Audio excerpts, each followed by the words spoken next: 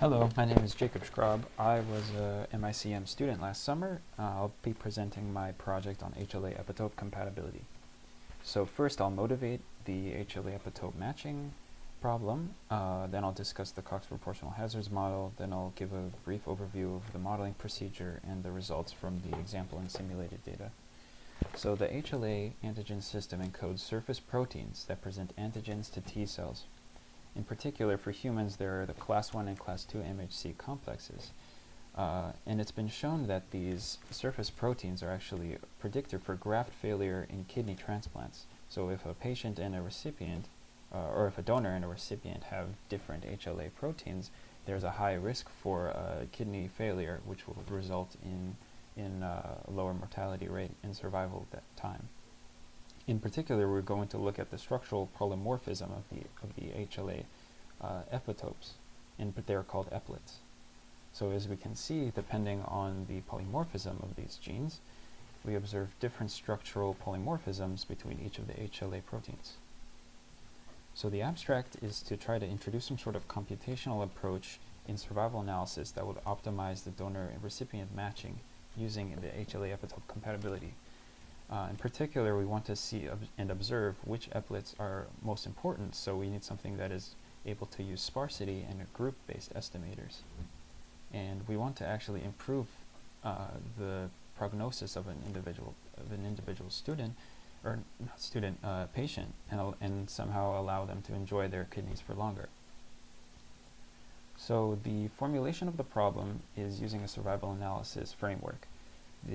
For each patient, we observe their survival time, their index of whether they've survived or whether they were censored or not, and a vector of covariates. We also use the formulation of hazard that Cox uses, that is a proportional hazards model, where we have some sort of a baseline hazard function and a vector of coefficients for the Cox proportional hazards model. And this basically indicates the instantaneous rate of failure at a given time. And instead of using fixed coefficients, we're going to use time-varying coefficients, which makes the model much more interesting. Each of the coefficients is a twice differentiable function, and in particular, we have a function for each of the covariates, or for each of the p covariates in the model. What's important is that now, instead of a fixed effect, we have a time-varying effect. So each covariate, or each eplet, will have some sort of a effect on the hazard, but this effect might change over time. For example, as you can see with this data set, this coefficient has an estimated effect, or time-varying effect, that is not constant. And same with this covariate, it's more sinusoidal. So we have an increase in hazard at the beginning of the survival times, but towards the end it kind of flattens out to zero, meaning that it's no longer an important covariate for risk. So we use the Cox proportional hazards likelihood. In particular, it's called the Cox partial likelihood, and we rely on this formulation above. And instead of using beta, we're going to use a matrix of theta that parameterizes over a basis of functions that we're going to use to construct each of the time-varying covariate effects. So in order to do this, we use something called spline regression, where we take a linear combination of these functions in order to generate some sort of an interesting function that we can learn and parameterize over. So each of the covariate effects, beta it, is a linear combination of these basis spline functions. And we're going to also introduce penalization to each of these functions in the form of weighted penalties and group-based penalties. In particular, we're going to use a smoothing spline penalty, which uses a quadratic function.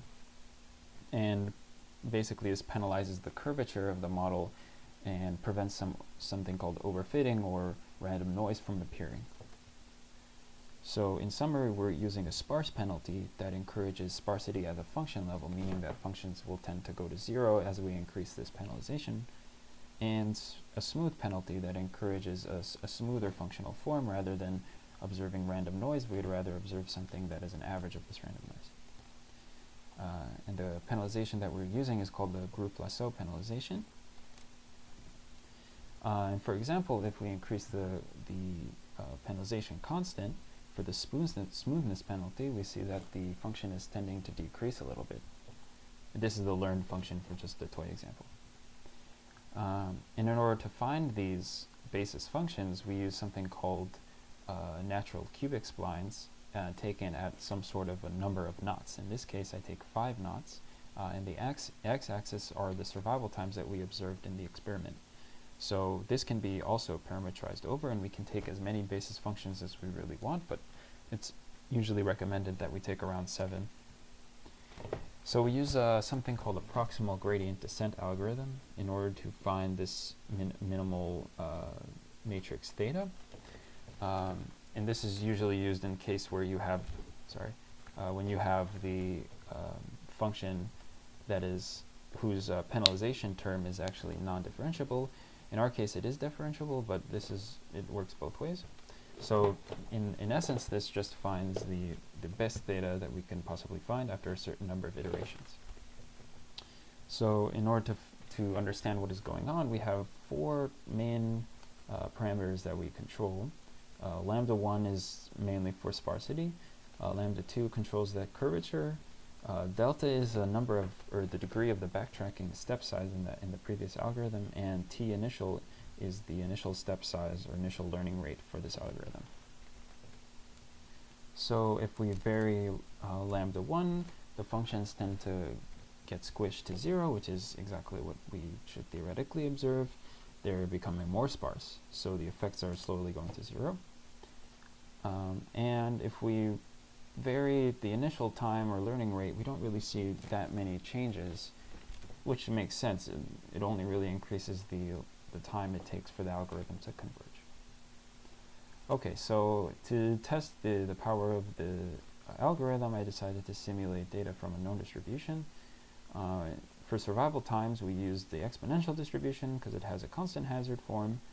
We used independent, identically distributed random samples from normal 0, 7, I7, and we also designed certain functions of interest that we want the algorithm to learn. So, for example, coefficient 3 has this sinusoidal effect, and coefficient 7 has this negative sinusoidal effect. And we also introduced a censoring probability 0.2.